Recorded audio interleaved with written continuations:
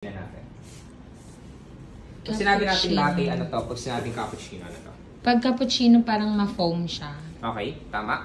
Pag sinabi natin cappuccino, makapalang foam. Pag latte, may foam pa din, pero manipis lang. Manipis lang. Correct. Yun yung tunay na difference ng latte. YouTube. Okay? When you say cappuccino, makapal ang foam. Correct. When you say latte, manipis ang foam. Yes. Yan yung difference ng dalawa.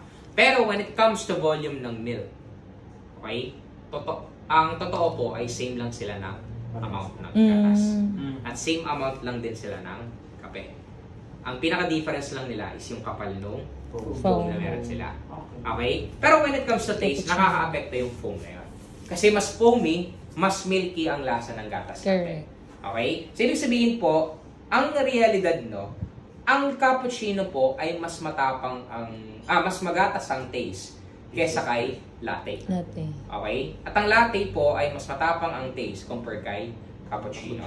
Yun talaga ang tunay na reality. Kasi normally, pag nag-research kayo through online, buti tama yung na-research nyo ba? Kasi minsan, meron pong mga nagtuturo sa online ang sinasabi nila, pag sinabi mong latte, mas marami daw tong milk content kesa kay cappuccino. Ngayon, eto yan. Kung mas maraming milk content ang latte kesa kay cappuccino, okay, ibig sabihin nun, mas magatas dapat ang lasa ni latte. Kasi nga, mas marami siyang gatas kesa kay cappuccino. Ito yung tanong na logical dun. Kung mas marami palang gatas si latte, bakit doon natin inahalo yung mga flavor natin? Di ba yung cafe latte na base? Pag ginaluan mo ng chocolate, ang tawag doon, mocha latte. Pag ginaluan mo ng condensed yun, Spanish latte. So meaning, bakit tayo sa latte naghahalo ng flavor? Eh kung magatas na pala ang lasa ng latte, hahaluan mo pa ng flavor, paano na to? Baka tabunan na yung lasa ng espresso. Eh di ba dapat kung mas matapang ang lasa ng cappuccino, dapat sa cappuccino tayo naghahalo ng flavor para ito, hindi na natatabunan yung lasa. Kasi nga, baliktad. Latte, mas stronger. Cappuccino, mas creamier, mas milkier. Kasi bakit tumatamis ang milk syrup pag kumakapal yung foam? Ito kasi yan. Yung protina po ng gatas, nag-i-infuse tayo ng air doon para yung protina mag-expand.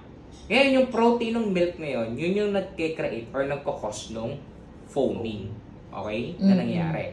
Ngayon, yung protina ng gatas na yun, the more na ine-expand po yun at nai-infuse ng air, yung milk mo ay mas lalong nagiging milkier or creamier yung taste niya.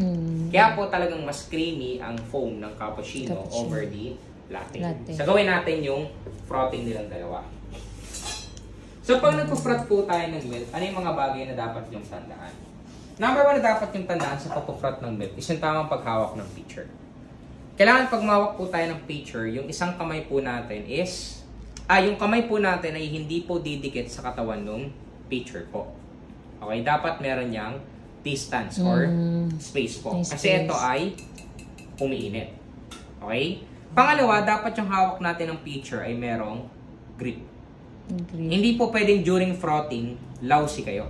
So, dapat po stable yan. Okay, steady lang yan. Hindi pwedeng lousy yung frothing natin ng milk. Kasi the more na nagiging lousy kayo dyan, the more na mas may tendency maging mabula or matapunan kayo ng milk na pinafroth nyo. So, mapapasok kayo. Steady. Okay. Or kung gagalaw man kayo, minimal lang. Bawal pong gumaganyan-ganyan mamaya. Okay? Next natin, wala pong magpapanik. Pag nag-froth tayo ng milk. Relax lang po, chillax lang kayo. Bakit, sir? Kasi po, pag nagpanik po kayo dito, mas may chance na mapasok kayo. Bakit? Baka matulad kayo dun sa attendee ko sa Laguna. Alam yung ginawa? Pag on ng steaming one, okay, nagpa-froth ng milk. Kaso ang problem nung papatayin niya na, imbis na paganto, nalito. Baliktad yung ginawa niya, lalo niyang na-on. Okay, di yung steaming one. Okay? Bumubuga ng pressure, tuloy-tuloy. Di yung milk, umapaw na. Ayan, dahil sa sobrang pagpapanik niya, imbes na pinatay niya na lang to, hinabol niya, ang ginawa niya habang nakabukas to, bumubuga ng pressure, binaba niya yung gatas. So, syempre, pressure to. Yung gatas, liquid yun. Nung pumunta yung pressure dun sa surface ng liquid, yung milk, boom. Yung water po na naipon dito dahil sa moist. Dahil dun sa steam. Okay? Itong water na to. Yan. So, dapat binubuga natin yan. Kasi ang bubuga dapat ng steaming one mo ay puro Hangin. So, pag nag-purge po tayo, ganito mag-purge siya, isang malaking buga, tapos turn off. Buga, turn off. Pwede i-try? Okay, sige po. Parang trend ah. Ah! Oo ba? May inahin, ma'am. Mas malakas. Yan. As in, laksan niya po biglain niyo. Okay, tapos turn off agad. Yan. Parang throttle lang ng motor. Parang ano lang manibel. Okay. Next natin, okay, pag nagpo-front naman kayo ng milk feature, kailangan nakasamdal yan sa katawan ng steaming one natin all the time. Ganyan siya. Okay, during frotting po hindi pwedeng maghihiwalay itong dalawa na to. So the moment na maghiwalay yan, ibig sabihin nagiging lousy yung frotting niya. Kailangan steady lang yan ng ganyan. Tapos, pagka-position, pagka-sandal, ang next natin gagawin, i-slant mo yung feature palabas konti ng machine. Pag ganyan. Tapos yung tip ng steaming one, ilulubog mo dun sa gatas.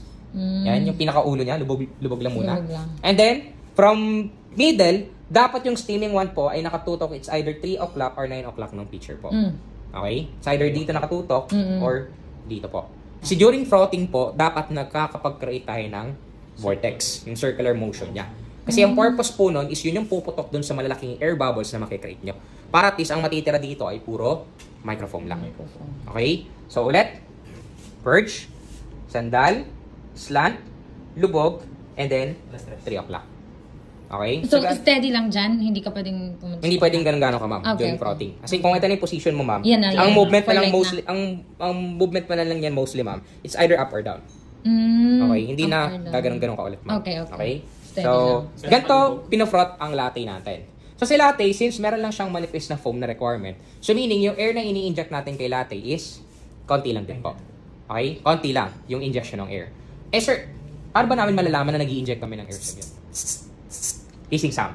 So, kay latte, once na narinig niyo yung hissing sound for 3 seconds, ang next natin gagawin, ilulubog niyo po yung steaming one. Tapos, iaangat niyo yung pitcher. Okay? Ngayon, pag nilubog niyo na yung steaming one sa milk at wala nang hissing sound, ibig sabihin po, wala na kayong kinecreate na microfoam. Ang ginagawa niyo lang ay pinapainit niyo na lang yung gatas po. So, parang ganito po. Okay? Ready? 1, 2, 3, go on. Ayun o, hissing narinig yun. Okay, 1, 2, 3. Angat, tahimik. Oh, wala nang hissing. Pinapainit na lang yung gatas. Kapa-kapa. Okay, when it's too hot to hold, turn off. Punas. Okay. Okay na yun. Bakit position, then purge. So, yan yung kapal ng foam ng latte natin. Kita niyan? Ayun lang o. Yung foam niya. Okay, hindi lang siya kanipis. Okay? Yan yung dapat. Yan yung dapat. Pero normally po kung milk pa yan, halos kalahati lang yan, sir. This is soap and water po pala, by the way. So, pwede kayo mag-practice ng frotting using soap and water. Yes. Kung gusto niyo rin matuto mag-latte art, pwede kayo mag-latte art sa toyo. Tapos ito yung gatas niya. Okay? So, para makatipid muna kayo kasi magkapit sa gatas na kayo. Okay? Let's go. Gawin natin si cappuccino. Sa steaming one, position, sandal, slant, lubog, and then 3 o'clock. 3 o'clock. Okay? Pero this time around, iba naman yung way ng frotting natin. Kasi kung kanina doon, pag narinig mo yung hissing, bibilang ka ng 3 seconds, tapos ilulubog mo na agad yung steaming one doon sa milk. Ito naman, iba.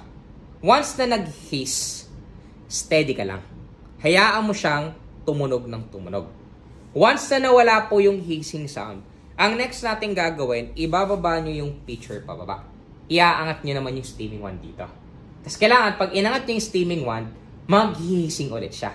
So meaning to say, iti-trigger nyo ng iti-trigger yung hissing sound. Bakit? Kasi nga mag-i-inject ka ng maraming air para makapag-create ka ng makapal na foam. Okay? Once na papuno na po yung pitcher or paapaw na siya, ilulubog nyo na yung steaming one para painitin na lang yung gatas po. Then pag mainit na, turn off. So parang ganito po. Ready? 1, 2, 3, go. On. Yan o, di ba may hissing? Steady ka lang, hayaan mo lang siyang tumunog. Okay? Pag nawala yung hissing sound na yan, ang next natin gagawin ay nawala? Lower down mo yung pitcher para mag-create siya ng hissing ulit. Okay? Pag nawala ulit, okay, lower down. Then pag papuno na po, saka natin iaangat na yung pitcher, kakapain yung pitcher. Pag mainit na, turn off. Okay? Punas. Okay? Back in position and then so mas foamy po yung kaya niyang i-produce versus the latte. Kasi nga, mas maraming air injection na ginawa natin kay cappuccino over the latte, po. Latte. So yan tignan niyo yung kapal ng difference. Correct. Okay? So ngayon, 1, 2, sanitize it. Okay? Para yung sabon sa loob mawala. Tapos punasan niyo ng paulit-ulit. Okay.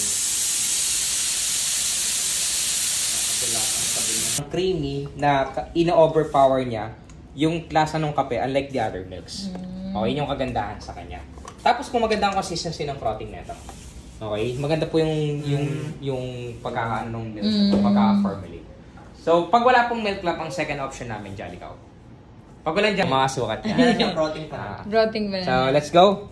Latte tayo ngayon. Paano pinag-froth ang latte?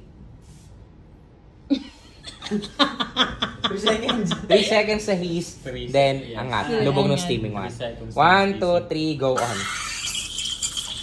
Okay, 1, 2, 3, angat. Isang kamay, kapa-kapa. Pag mainit na po, turn off. Turn off.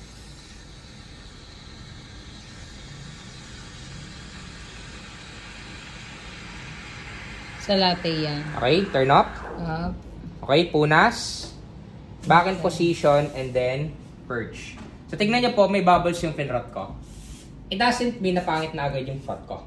Basta po yung bubbles na yan ay pag tinaktak mo, puputok. Okay. So, pag wala na pong bubbles, okay na po siya. Okay. So, ito yung init ng 60 degrees Celsius natin. Mainit nga. Okay? Yan. Mainit siya. Tapos, yung milk po, hindi dapat ganito yung texture niya. So, yung milk, saka natin siya binubuhos dun sa kape natin. Amazing. Yan. Gagawa na siya Perfect na naman. ng latte. Correct. Next Oh my God! May experience pa namin yun. Hindi, ma'am. Ay? Experience. Dito po may tamang hawak din ba dyan? Hindi, sir, kung saan portable. Yung ano, walang standard, sir. May ibang baris, may barista na ganito yung hawak. Alam ko kung paano ang hawak niya. Muscle memory. 3 years na. Parang oras na para matapos yung 2 years. Parang dati, dirty matcha. Ngayon, may dirty coffee na yun. Okay, let's go. Sorry, hawak mo daw. Amazing naman yun. Ganyan pala. Pinapaikot-ikot. Correct. Sagarin mo. Hindi para sa heart. Ayun may heart shape. Ang perfect. Oh my Yan. God. Oh my God, ang Ganyan po siya perfect. ginagawa. Manifest ang foam ng milk niya. Ang cute. Kaya nating i-shape ng ganyan yung mga foam ng milk niya. So kay latte po, nagagawa natin yung mga iba pang form ng pouring na latte art. Yung ginawa ko kasi steady. Steady lang. Pag nawala yung tunog, Ibaba. ibababa mo yung pitcher, iangat mo yung steaming one. Pag nawala ulit yung tunog, same process. Then pagpapuno na, aangat mo na yung 2, 3, go.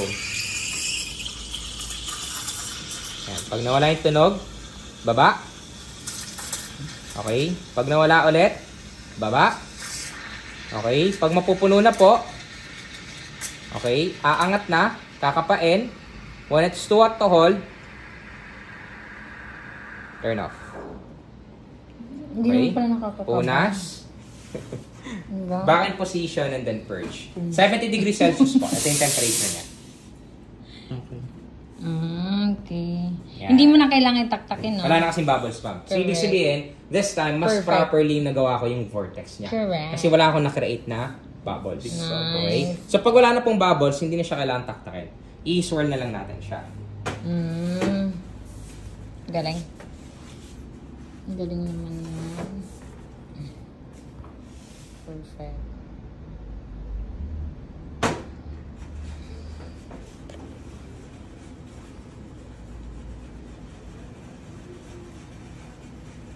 Okay?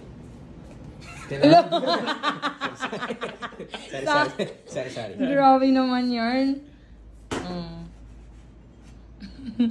Excited na lahat no? Biglang tumalikod. Iikot-ikot mo yung ano. Parang ginawa niya sa'yo, ma'am. Binaikot-ikot lang. Grabe yarn, no? Yan. Sete yung heart Wow! Amazing! So, yung So tulip, and then nice. si Walang broken heart, po. yung Wala gano'n. naman. Ikaw lang yung broken heart. Ay, Okay, sure pakaberang time, ko na yung hanggang hati bukas ng heart. Okay? Sagawin natin si etching art po. Normally yung etching art po, ito yung ginagamitan natin ng mga chocolate sauce, cinnamon powder, chocolate powder, at caramel sauce to create design. Pero may iba pong barista na yung mismong foam na lang ng milk, yung ginagawan po nila ng design. So yung krema ng kape at yung foam ng milk, yung gagawan ko ng design. Hindi ko na kailangan ng chocolate.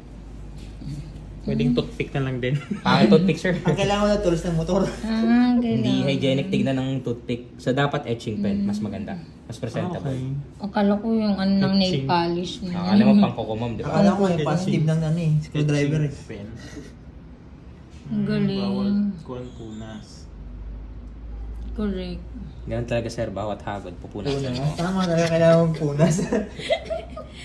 Para hygienic pa rin. Para Ah, di ba? Hindi yung ano, tingnan mo, ma-foam siya. Ang cute. Parang anong design yan? Okay. Ang cute. Ang kulit. Uy, parang pusa. Ay, naku. Hindi si Kwan yan eh. Yung pusa namin yan. Si Joan yan eh. Pusa ba yan? Ay, aso. Si Joan ako, yan. mahilig sila, sir, dito, ma'am eh. Cute. So cute, oh. Pusa nga. Pikachu. Pikachu. Pikachu pala yan eh. Ang galing, So oh. cute. Si Jigglypuff yun eh.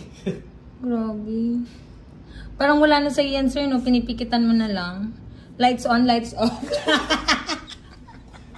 Maganda lights on, ma'am. Tama. Ay, kitang-kita mo, no?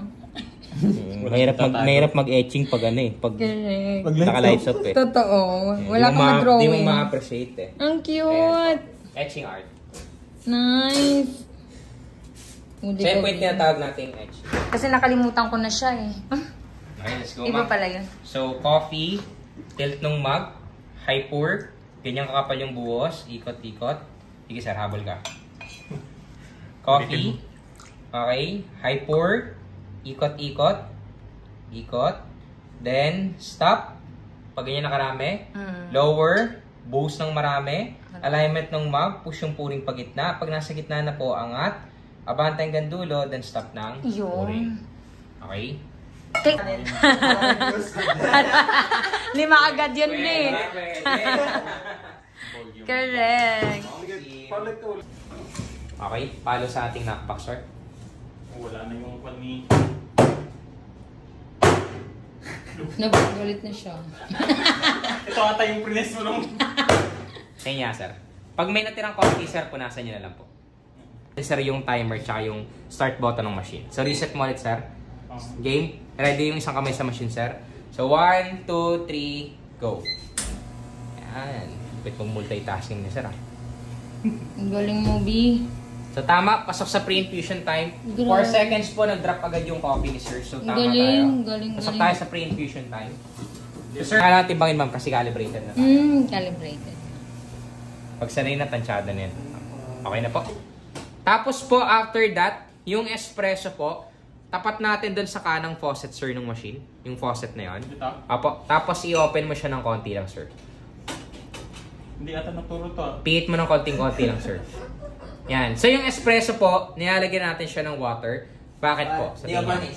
Tinuro ko yun, sir. Parang- Kaya natin siya nilalagyan ng konting water para hindi Okay na yung siya ganun kadami. yung isa pa, sir. Nagawa pa tayo ng Yes. isatas. Mabebending yung isa. Okay. Ah. 1,000 lang yan. So, 4 ang magagawa dyan. Lugi ako. Nag-compute na sir. Wala pa tayo sa costing. 5. 5. Oo, 5. Ay, oo nga pala. Ano muna natin gagawin? Dati tayo, sir. Tigim-tigim yung... Sir, ang dami na kalmo. Paano pag may mali ka? Kanan ng hawak ng pizza, sir. Tapos yung kaliwa pang steaming one. Sige, sir. First, Ang gwapo mo dito, labas ng B. steaming one. Grabe ka, B, oh. Position. Okay. Sandal. Slant. Lubog. And then 3 o'clock. Ulit. Ang tawag nun? Hiss. Isa lang Hissing mo. sound pag nawala. Hindi po. Pag nag-hiss, Pag ibilang ka ng nag-hiss. 3 seconds. 3 seconds. Then, Pag nawala. ilulubog mo ng konting steaming one. Okay. Okay, Ulit. game. 1, 2, 3, go on. More pa, sir. More. More. More pa, sir. Okay, kapa-kapa. Kapa-kapa. 1, 2, 3. Yan. Then, kapa-kapa. Pag mainit na, sir, turn off po. Pag hindi na kayang tolerate yung init, sir. Okay na. Hindi, sakto pa ito, sir. Matotolerate ko pa Ah, konti. okay. Okay na yun, sir. Hindi na siya pwede ulitin. Ah, Once na napatay mo na, okay na yan. Kasi pag inulit mo yan, papangit na yung consistency ng foam. So, puna sir, pag nag-haze, steady ka hanggang sa mawala. Then, pag nawala yung haze, baba mo ng konting pitcher, iangat mo yung steaming one, tapos kailangan mag-haze ulit siya. So, same routine, once na papuno na siya, sir, kanina mo may Kengkoy lang. Oo, kengkoy lang. Ang gawin natin, sir, is using chocolate, sir, gawa ka ng pa-asterisk na pattern ng lines. Okay, bali 1, 2, Pa-asterisk o pa-star? 3, 4. Masters. 1, 2, 3, 4. Pa-cross, tapos pa-cross ulit, sir. Go. Dulo-dulo, sir. From here hanggang dulo sa kabila. Nanginginig ay. Hindi. Yan. You look straight na straight. Nabati. Nabati ka pala, Wi. Ang aga na ba, teacher, ah? Anong gawa? Approve daw, approve. Approve. Ang galing. Ay, yan pala yun. Yun yung mga nakikita ko. Parang gagamba. Ano, tama ba? Next natin, sir, lagay ka ng in between na. Okay. Papadamihin mo sila. Paparamihin mo, sir. Ang galing. Ang galing mo, Bi. Pwede ka na, Bi. Iikot natin to, no? Huwag kang manginig, Bi. From the center. Nanginginig ay. Kaya mo yan, Bi. Yan, ikot. Nice! Perfect. Napaka-perfect mo naman dyan, sir. Huwag daw hihinga. Naku, sir. Pantay na pantay, sir, ah. Nandun nasa gilid niya sa Okay lang, sir. Okay. Ang galing mo naman, sir. Bi, wag mo kaming kakalimutan, Bi, ha? Bi, kasama kita sa vlog, Bi, pag sumikat ka na dyan sa mga ginagawa mo, Bi. Tingnan mo, Bi, kung akalain mo magagawa mo yan, Bi. No, di ba? Ang galing mo dyan, Bi. I'm so proud of you. Grabe ka, Bi. Ang dami mong video sa akin, mag-subscribe ka lagi, ha? Mag-subscribe lang yan yun. Ang tawag ko subscriber. Correct. Yan, o. Yung aming trainer. Trainer, question! Yes, ma'am. Wala, chok. Mostly ng market natin, 15 no, or mostly ng nagiging customer natin in the market. 50 ml. 15 po, 15.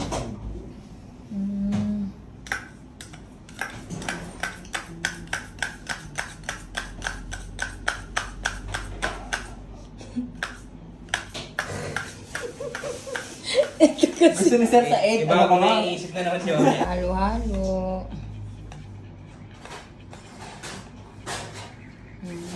Inumin mo yan lahat, Bin.